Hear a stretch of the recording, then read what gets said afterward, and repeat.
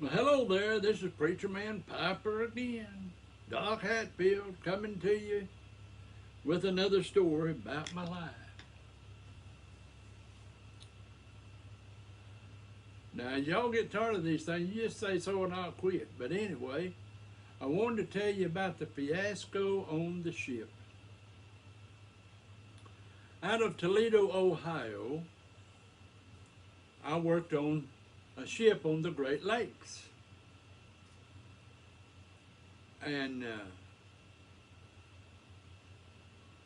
that ship would go all the way up as far as it would go on the lakes and go through a strait and up there where it's freezing cold, and we'd deliver whatever we was taking up there.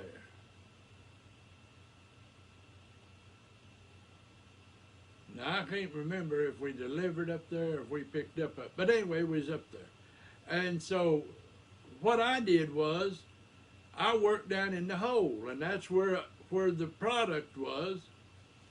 And in the hole, you had to have a chain around your leg, around your leg, because if you didn't,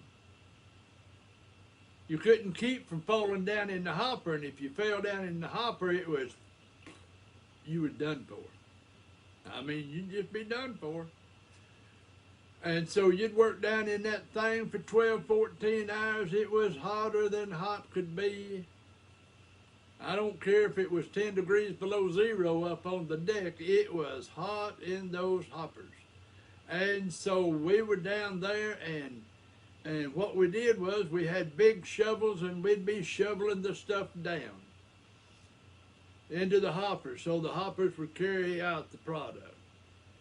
We'd work down there 12, 14 hours. Every now and then they'd drop down a bucket with water, and you'd take a scoop and get you a drink of water, and back up it'd go. When it was lunchtime, they'd drop down a sandwich in a bucket, and you'd eat the sandwich. They'd drop down the water, you'd take a drink of water and go right back to work. And that's what you did. So we finally unloaded, then we would go back up and essentially not do very much. Now, we had to do some stuff on the deck from time to time to keep the ship in tip-top shape. But most of the time, we stayed in the galley because you could eat anything and everything your heart ever desired in your life. And one day I was sitting out on the deck and I was smoking my pipe. Well, when I was smoking my pipe, the captain of the ship saw me. And so he sent somebody down to get me. He said, the captain wants to see you. So we went up to the captain's quarters, and he invited me in. He said, what are you smoking in your pipe? I said, that's why you asked me up here? He said, yeah. I said, well, I'm smoking Prince Albert. Oh. He said, well, do you like Carter Hall? I said, yeah, I like Carter Hall. He said, what about Sir Walter? I said, well, you can keep that.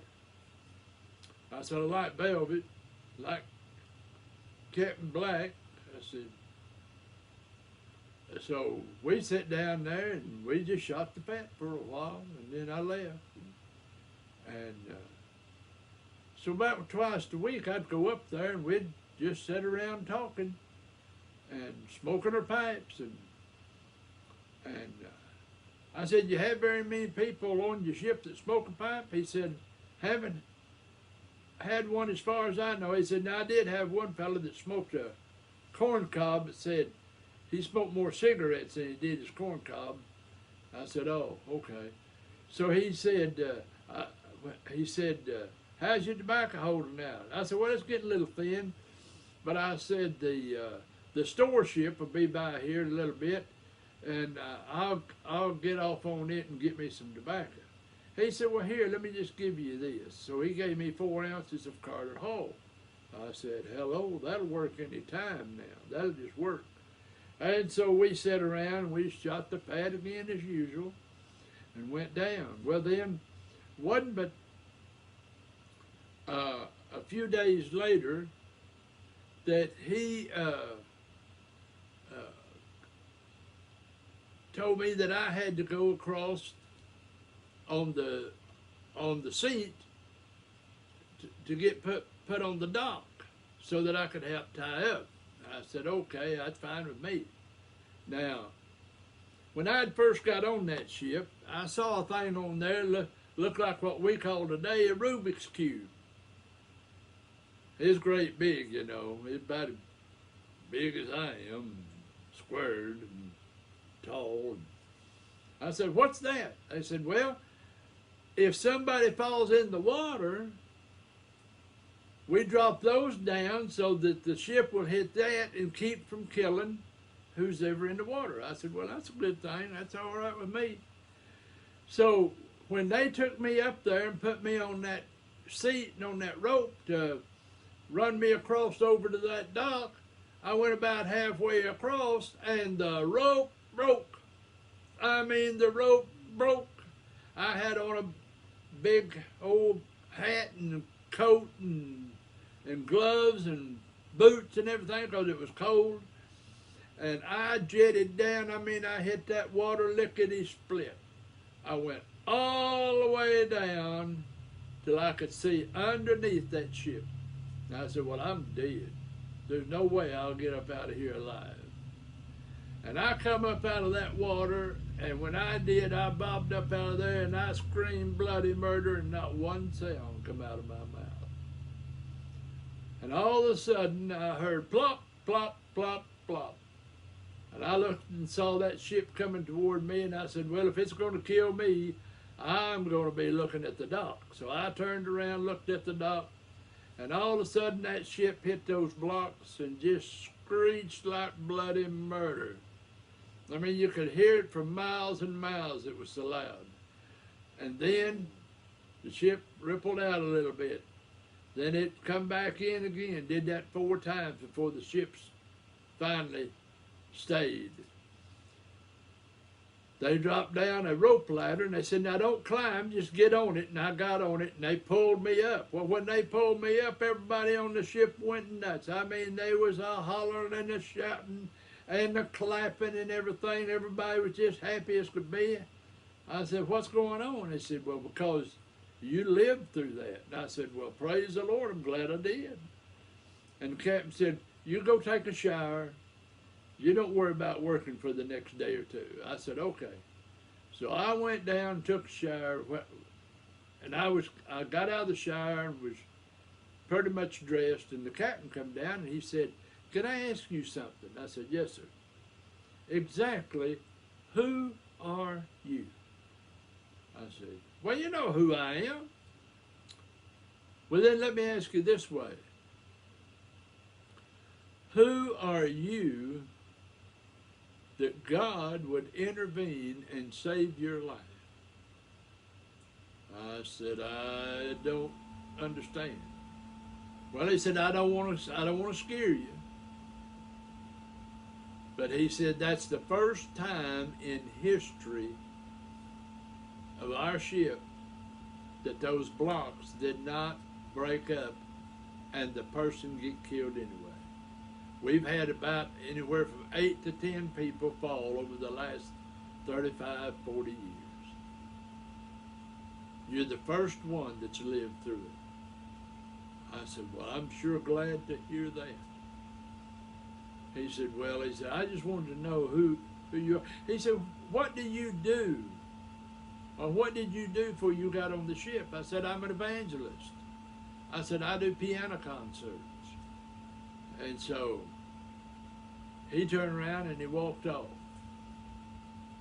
Well, I sat there and began to think about that out of all the times that people was killed,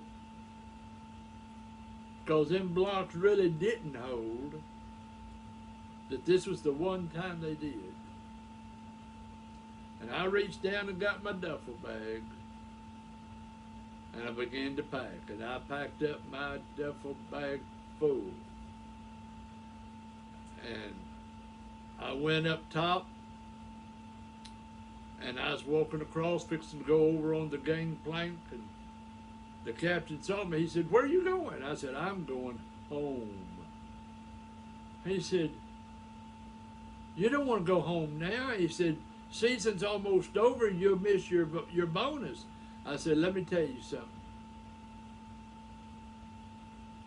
If I'm the first person that's been saved from that, God saved me for a purpose, and it's not to work on a ship, but it's to do what he called me to do. I said, I've got to go. I cannot stay. I said, don't get me wrong, I'd love to have that bonus, but I can't stay. But I want you to know I've enjoyed working here.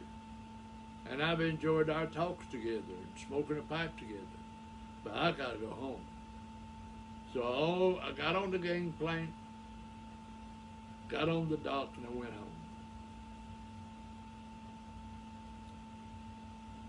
When I got home, I was told that there were 6 churches wanting me to come and hold revivals, and that there was 4 places wanting me to come and do concerts. And I said, now that's the reason God saved me. So that's my fiasco on the ship. That was a thing that I could never forget.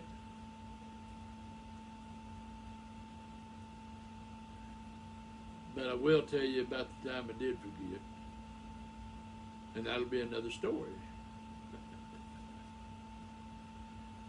Well, let me tell you, somebody asked me a question. They said, since you've been smoking a pipe for 57 years,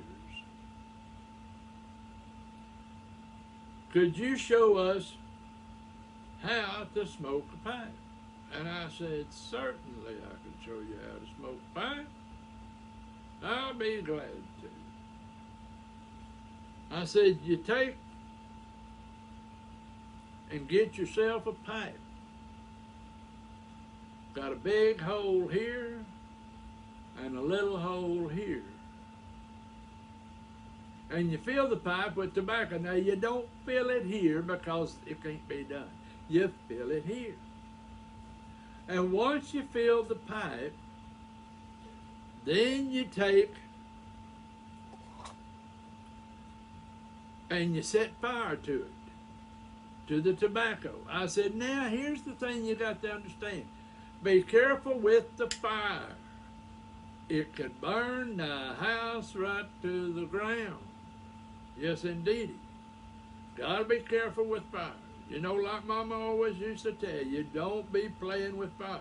Well, you gotta play with fire with a pipe. So you put the flame on the tobacco and you puff.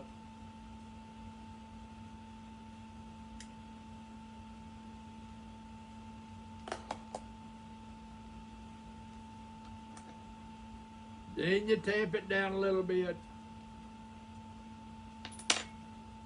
Then you relight it. And smoke her till the tobacco's gone. That's how you smoke a pipe. People tell you a lot of different ways to poke them, to put the tobacco in the pipe. There's the 3-finger method. There's the twisting method. There's the filling 3 times method. There's all kinds of different ways people do it, and they think their way's the best, so they try to teach you to do it their way. But you fill a pipe and you don't pack it too hard so you can draw through it. When you put your tobacco in there, draw on it, make sure you got good air, and then you light the pipe, and then you tamp the pipe.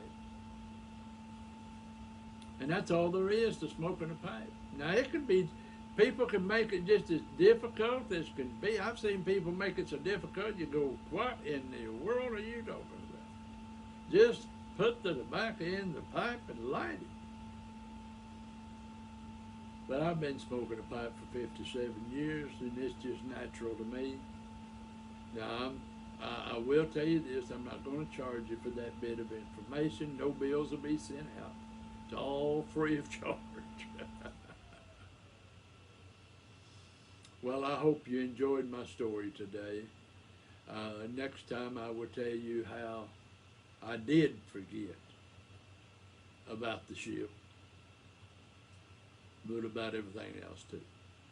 So until I see you again, until we meet again, may the good Lord keep you, shower His grace upon you, supply your every need, take care of every circumstance, and give you peace that passes all understanding. So till next time, bye-bye.